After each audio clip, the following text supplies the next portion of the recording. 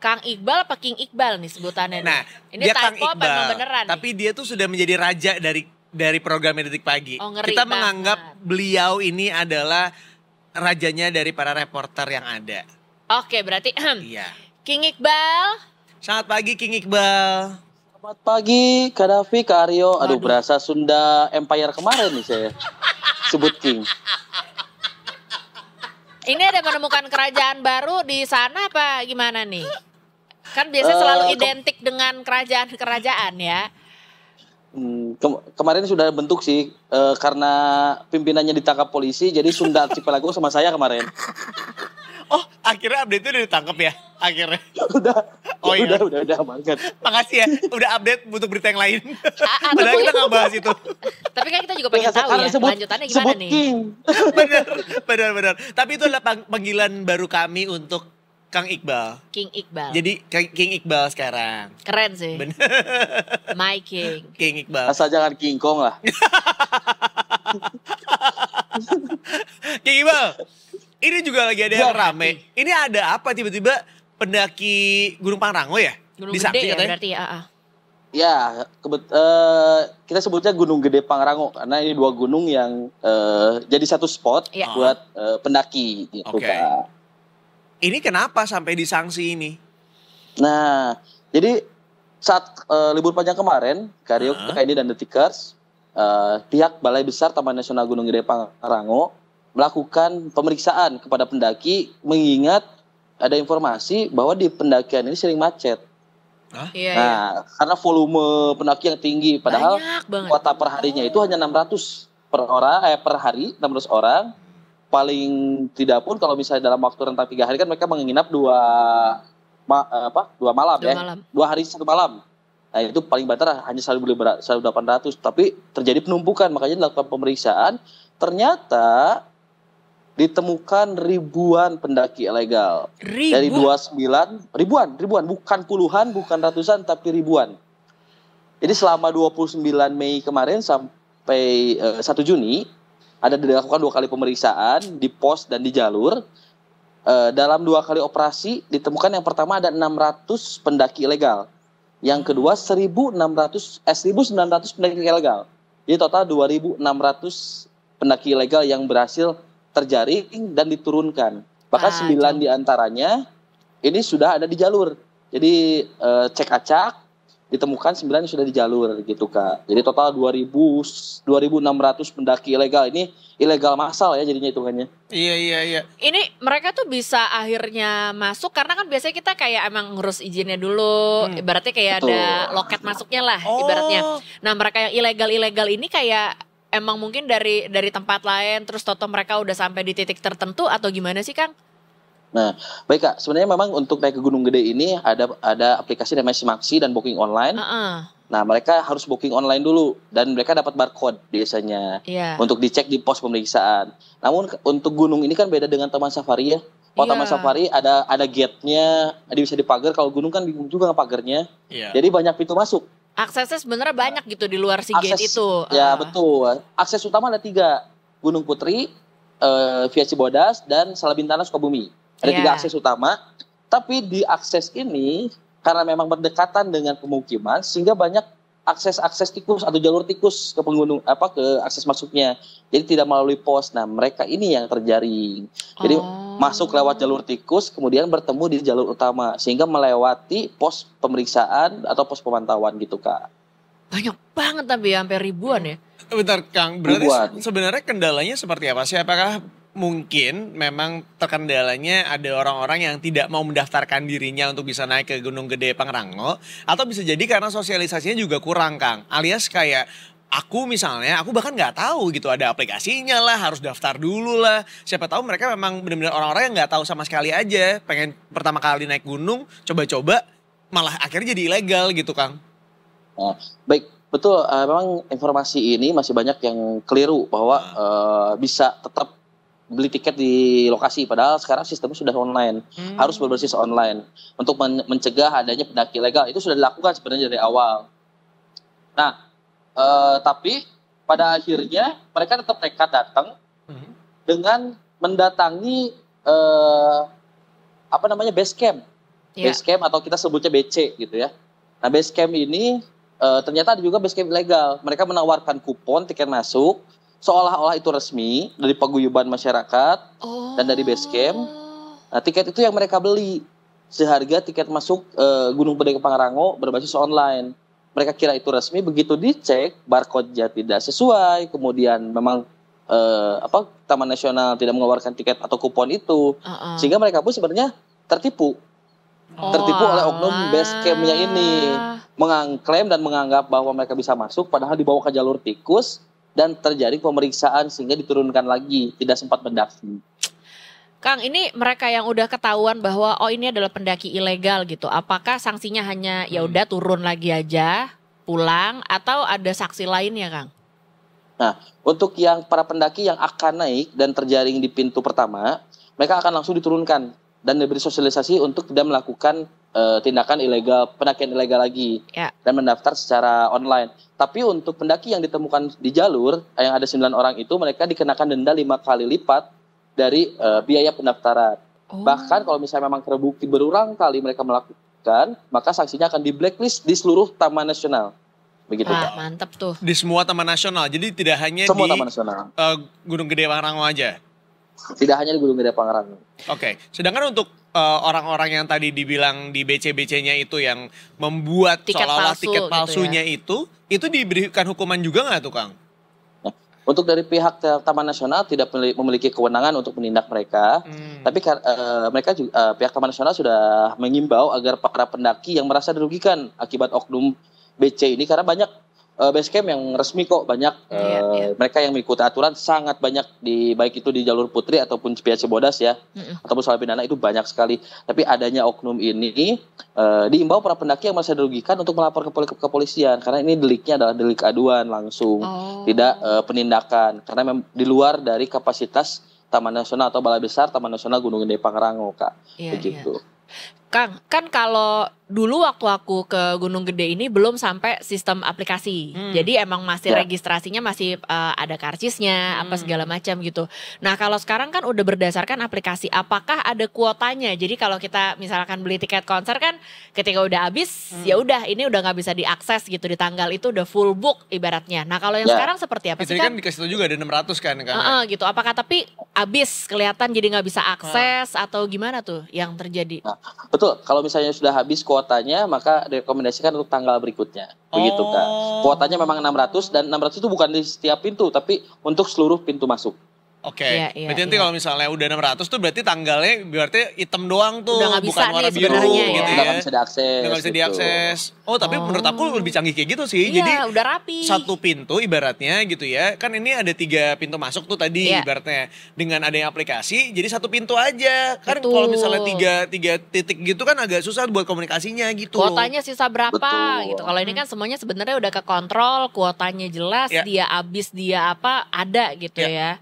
Untuk mencegah kekecewaan juga dari para pendaki kan, sayang juga kalau misalnya mereka tidak mendaftar, tahunya ada tiket, udah datang ternyata penuh, balik lagi kan kasihan juga. Makanya di sistem online gitu. Bang, tapi dengan ada kejadian kayak gini gitu ya, ini kan lumayan, tadi kan ribuan bahkan ya yang ibaratnya harus diturunin lagi gitu. Ini ada gangguan atau berdampak nggak sih sama para pendaki yang mau naik ke Gunung Gede Pangrango ini? Apakah semakin berkurang atau ya sebenarnya tetap sama-sama aja karena 600-nya tuh keisi gitu si kuotanya? Sebenarnya kalau untuk pendaki Gunung Gede Pangrango ini untuk pendaki pemula merupakan favorit. Jadi tetap banyak sebenarnya, tetap banyak yang mendaki. Cuma dampaknya memang jadi ada informasi hoax yang menyebar. Misalnya? Jadi tentang penindakan ini, informasi yang beredar di media sosial ini, mereka diwajibkan turun jam 2 sore, jam 2 siang. Kalau tidak akan didenda. Terus kemudian mereka kalau misalnya turun lebih dari jam 6, mereka akan ditahan di pos 1. Padahal bukan begitu faktanya. Faktanya yang denda itu adalah pendaki ilegal. Cuma karena mereka tidak tahu bahwa mereka adalah ilegal dengan kupon itu, sehingga menyebarkan informasi palsu. Nah, impact-nya beberapa base camp mengakui, yang sempat saya wawancara juga, bahwa mereka ada 10% calon pendaki yang membatalkan karena informasi hoax tersebut. Makanya dari pihak balai juga mengedukasi itu tidak ada informasi hoax, harus turun jam 2, kemudian ditahan di base camp, itu tidak ada pemeriksaan, itu hanya fokus pada pendaki legal. Untuk yang resmi silakan mendaki dan bikin camp. Dan tidak ada sistem booking camp ya. Kayak di gunung lain. Nah, lagi rame kan itu juga. Iya. Itu tuh juga yang jadinya ngaruh. Misalnya kuotanya 600. Kan biasanya ketika kita naik gunung itu kan spot-spot kita bikin campnya udah ada titik-titiknya gitu ya, yang emang dekat sama air, dekat sama apa. Nah, yang rese itu adalah kalau dia kelebihan kuotanya, bisa nih. Jadi misalkan tenda kita udah berdiri di sini, enaknya kan agak jauh dikit, baru ada tendanya Aryo, baru ada tendanya Kang Iqbal gitu. Bener. Kan. Kalau keramaian kita bisa jadi dempet nih, yuk. Kan kayak dempet. Gimana nih? Misalkan lo mau masak-masak, mau apa juga jadinya ribet gitu. Oh, tapi kan enak kalau misalnya lagi masak tiba-tiba habis garam, cuy, boleh minta garam nggak? Jadi deket kalau mau minta. Tapi itu bisa terjadi memang. Iya kan? Iya, cuman kalau ada yang misalnya gini nih, lo ketemunya gue kan celamitan. Semua gue nggak bawa. Celamitan, met. Iya tuh gue banget. Kalau ada daging makanan di meja. Lebih enak nih. Mejanya yang ku makan. Hah, maaf. Nggak pakai meja. Oh iya maaf. Kayak duduk aja, prasmanan. Pokoknya lo kalau ketemunya sama gue, lo kesel deh. Makanya jangan sampai kelebihan gitu ya, bener ya. Emang tuh, harus teratur. Dipakai juga buat latihan ini trail run. Nah, Kang, kalau misalnya mau dipakai buat trail run, itu harus daftar juga nggak dari si aplikasi atau nggak usah? Izin untuk apa? Kalau trail run untuk lari yang trail run bukit, itu sama juga. Itu tetap daftar juga. Terdaftar juga, tapi daftarnya hanya untuk kalau misalnya ini tektok lah. Kalau bahasa kita kan tektok. Naik turun dalam waktu 1 hari, tidak menginap gitu. Oh, tapi tetap harus daftar via aplikasi juga berarti ya? Karena hitungannya dia ngelewatin jalur itu juga gitu ya. Ngelewatin jalur. Yang dilewati kan macet. Kalau macet kan jadi repot ya. Perbekalan jadi kebanyak makan di jalur. Pas di atas jadi gak makan. Pas turun lagi udah habis. Aduh, iya sih benar banget. Tapi ya bener loh. Itu kayak gunung gede tuh menurutku kalau buat beginner, kan kalau Papandayan emang ya kita santai-santai, hahaha hihi, nyampe indah gitu. Kalau Gunung Gede tuh menurutku masih ada effort-effortnya gitu. Kayak buat TikTok, nggak tahu ya. Kalau aku sih kayaknya nggak sanggup deh. Oh, lumayan medannya lumayan gitu. Iya nggak sih? Ini katanya untuk amatir trail run aja, itu TikTokan tuh 7 jam katanya Kang ya? Kalau tektokan tergantung stamina dan kemampuan ya sih. Bisa 7 jam, bisa 5 jam, bisa 6 jam. Tergantung kemampuan dan banyaknya istirahat. Oh, ya kan kalau kayak saya tanpa trailan juga jalan biasa bisa 12 jam mungkin lebih karena banyak istirahatnya. Kita cocok nih. Kayaknya kita satu tim ini duduk 1 kilo makan kan. Bener. Kita. Lah, nggak usah diajarin Kang. Emang begitu. Jangan ngajarin ikan berenang. Kang Iqbal 1 kilo. Boro-boro 1 pos. Setengah juga kita udah duduk, foto-foto, makan. Gua mah sambil ngedaki aja sambil ngemil pasti. Nah, iya. Nggak mungkin enggak kan sumber tenaga. Atau abis ini cabur kita adalah jangan gak usah pakai trail run deh, udah camping aja kayaknya seru ya. Itu bukan cabang olahraga. Kalau camping bukan cabang olahraga. Cabang wisata. Bisa. Cawis, seru loh. Cawis. Nah. Tapi pakai aplikasi daftarnya biar kita nggak. Jadi mau di boleh. Gunung Gede pagi kita ke Gunung Gede. Kita tuh janjian mulu nggak pernah jadi. Mungkin jadiin. Bukan salah diriku, aku sudah menunggu. Kan situ sibuk ngurusin kerajaan sana sini. Iya, masalahnya bukan apa-apa. Iya. Tiap kali laporannya ayah wae. Jadi kita juga bingung, apakah ini saat yang tepat? Oh, enggak dulu. Saat yang tepat enggak dulu. Gitu. Kita nggak tahu kapan waktu yang tepat. Bangun kerajaan mulu sih, Kang Iqbal. Mungkin abis ini kita harus ngecek juga via aplikasi kosongnya kapan, baru kita mulai booking di situ. Iya, seru kali ya. Seru, karena di Gunung Gede ini banyak spot juga buat tikers nih. Buat tikers ada informasi juga, di bawah kaki Gunung Gede ini banyak spot wisata. Mulai dari air terjun Ciberem. Cibodas kan bagian dari Gunung Gede Pangrango juga. Terus ada wisata Taman Lumut. Apa tuh? Terus jadi memang di satu kawasan komplek itu full lumut dengan berbagai jenis. Nah, Kalau capek di Pasar Cipanas itu di lahan parkirnya.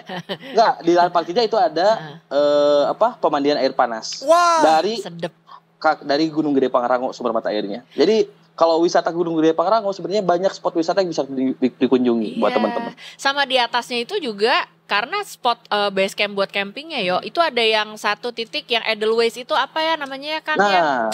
Tanaman Edelweiss itu Surya Kencana. Tapi jangan diambil. Iya, katanya nggak boleh dipetik ya Kang. Nggak boleh. Nggak boleh dong. Tapi kayak bagus gitu Jadi kalau emang kita sanggup misalnya yang pertama nih misalnya 2 malam kita tidurnya di yang base camp yang kebalikannya Surken dulu, baru habis itu malam yang kedua yang Taman Edelweiss. Jadi view-nya cakep, baru habis itu turun gitu kan. Tapi kalau mau Edelweiss ada kalau nggak salah sekarang Balai Besar Taman Nasional lagi membudidayakan Edelweiss yang kita bisa beli. Jadi bukan di atas, tapi ada budidaya Edelweiss-nya juga. Jadi kita bisa beli Edelweiss secara legal.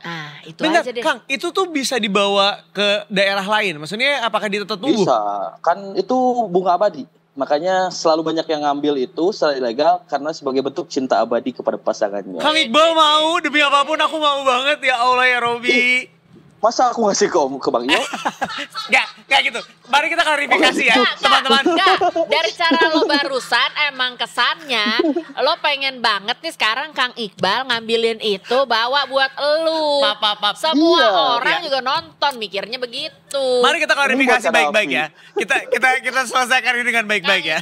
Gini, Kang Iqbal maksudnya kan tadi kan disampaikan sedang dikembangkan. Maksudnya gini, kalau sudah ada dan sudah ada nih, kabarin gitu maksudnya. Responnya jujur banget loh Kang Iqbal tadi sampai kayak enggak, udah gitu gue juga kaget. Ngeri, takut. Udah gitu gue juga kaget. Masa saya? Oh, bukan itu. Wajar. Pesawan. Emang ini. Nanti kalau udah panen kita bikin liputannya, bikin live reportnya kalau udah panen Edelweiss yang memang bisa legal. Jangan cuma liputannya, kirimkan itu satu. Kirimkan. Kata gua mah kita kesana makanya jalan-jalan. Bukan HP. Aku mau kirim ke Kadafi aja. Astagfirullahaladzim. Kadafi kasih ke Bang Iyo, jangan aku ke Bang Iyo kan. Iya jadi gitu. geli. Yuk. Gini. Dia kasih bibit kangkung aja Kang. Kang. Deh tuh. Kirimin ke sini atas nama Indi ya. Indi kan nggak ada. Nah, akan aku sikat dia. Akan aku jangan ambil. Nanti Pak Asunya marah. Bener, bukan Indinya, Edelweiss-nya. Udah kan ngasih bunga abadi jadi gimana? Kang Iqbal males kalau intinya dia ngambil tuh jatuhnya buat elu, dia males. Intinya gitu kan Kang, udahlah yo. Dengan kata Kang Iqbal, udah kesini aja, jangan rewel. Ya, Kang Iqbal, nanti kesana. Lu budidaya kangkung aja deh gitu. Seru ya nanti deh, yuk kita kesana yuk. Iya bener Cup ya, nanti kita agendakan. Siap. Buat tikers juga yang mau main bisa kontak. Ayo kita main ke Cianjur. Banyak pusat aja. Iya ya. Aku mau berendam. Ayo. Oh namanya aja udah Iqbal Selamat ya. Emang. Kayak makanya selamat terus. Amin mudah-mudahan. Amin Allah. Dia berdoa. Harus. Iqbal terima kasih banyak Iqbal. Sampai ketemu lagi. Ditunggu info dan kerajaan berikutnya ya.